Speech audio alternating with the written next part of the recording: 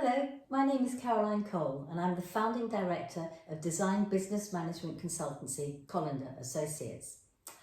I'm lucky enough to live with my husband in a house and a big garden down here in South London, which is a privilege at the best of times and has been an absolute godsend during lockdown.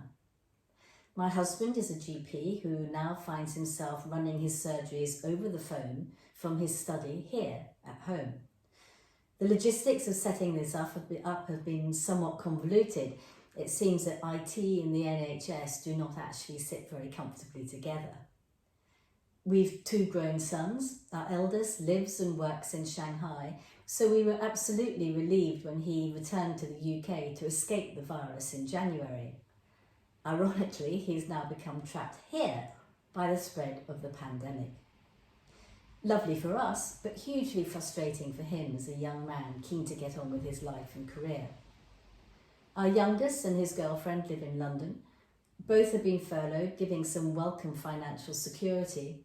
But again, the frustration of lives being put on hold is plain to see. WhatsApp has kept us all close. With the recent easing of lockdown though, it's been wonderful to see people in the flesh. And the next step will be to visit my aged mother, who has spent lockdown shielding in splendid isolation with her Polish carer, who has also found herself trapped here in the UK. Colander Associates' workload stopped almost instantaneously when lockdown was announced, as most of our clients have been too busy adapting to home working and quite rightly worrying about their short-term cash flow. But perhaps surprisingly, I felt quite comfortable with lockdown.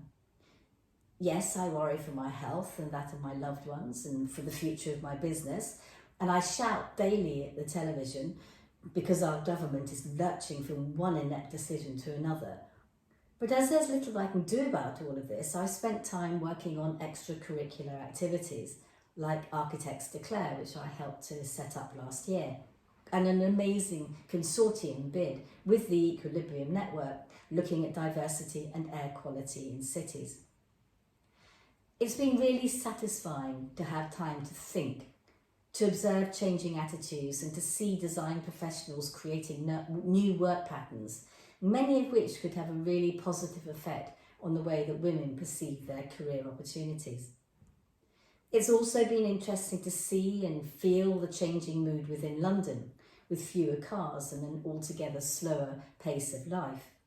And it seems that people have become more alert to their surroundings, and I'm intrigued to see that changes are already starting to evolve in the way that authorities expect people to move in and around the city.